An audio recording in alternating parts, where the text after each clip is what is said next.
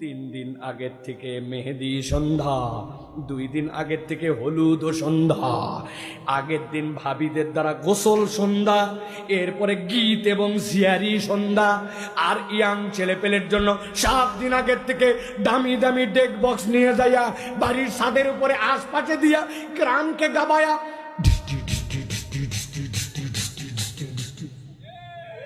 আছে। যেই বাড়িতে এরকম ঢিষ্টি ঢিষ্টি হচ্ছে, ওই বাড়ির থেকে আসরের সময় এক মুরব্বী বের হয়ে আসছে, এত বড় দাড়ি, মসজিদের দিকে যাচ্ছে, অজুর পানি ছিটে দেয়। চাচাই, কি ব্যাপার, কি শুরু করছেন আপনি? আপনার বাড়িতে এত গান বাজনা, রাত দিন কিছু মানতেছেন না, ছোট বাচ্চা কাচ্চা অসুস্থ, নামাজের টাইম কিছু বাদ দিচ্ছেন না, ব্যাপার কি? বলছে থাম থাম, তোরও বেটি আছে। আমি কি এগুলা করতে চাইছি নাকি? চ্যাংরা প্যাংরারা করে, নাতি নাটকুররা করতেছে, এগুলার সাথেই নাই আমি। বলছি এত রাগ করিস না, আর একদিন নামাজ পড়ে আছি।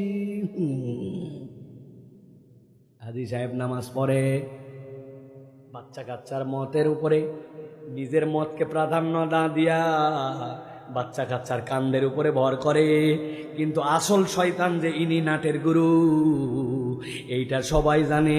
আল্লাহ বলছেন কেন করে জানো? ওয়াত্তাবা হাওয়া, আল্লাহরেও নাই, আল্লাহ পর্যন্ত আবার নিজের নফসের পূজারি হয়ে গেছে। এরকম লোক আছে না? না।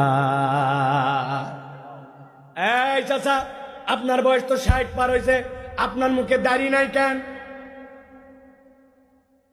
বলছে তোমার চাচি লাইক করে না। চাচি লাইক করে না জন্য উনি দাড়ি রাখতে পারে না, আছে না?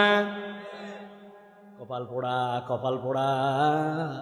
বলছে আমার খুব চুলকায়, এই জন্য দাড়ি রাখি না। শয়তান আপনার এর মধ্যে চুলকায়। বলছে আনস্মার্ট আনস্মার্ট লাগে।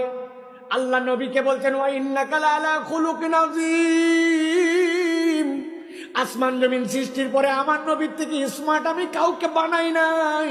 ওই নবী মুখের দাড়ি কাটে নাই, রাখতে বলছে, ছেড়ে দিতে বলছে, আর আপনি বলেন আনস্মার্ট লাগে। বুঝে বললে আপনার ঈমান থাকবে না, ঠিক না? তুই বেঈমান হয়ে যাবি। বেকল। আল্লাহ যা কাটা লাগবে এটা বলছে, যা দেওয়া লাগবে তাও দিছে। আল্লাহ বলছে আন্ডারাম, নবীকে দিয়ে বলছে কেটে ফেলো, নাভির নিচ কেটে ফেলো। চুল তো হয় কিন্তু কাটো, আর এইটা আল্লাহ জানে বলেই ছাড়ছে। আর মহিলাদেরকে আল্লাহ দেয় নাই, আল্লাহ মহিলাদের বক্ষ বড় করছেন সন্তানের জন্য। তোমারটা করে নাই, লাগলে তোমারটা করতো, লাগলে তারে দাড়ি দিত।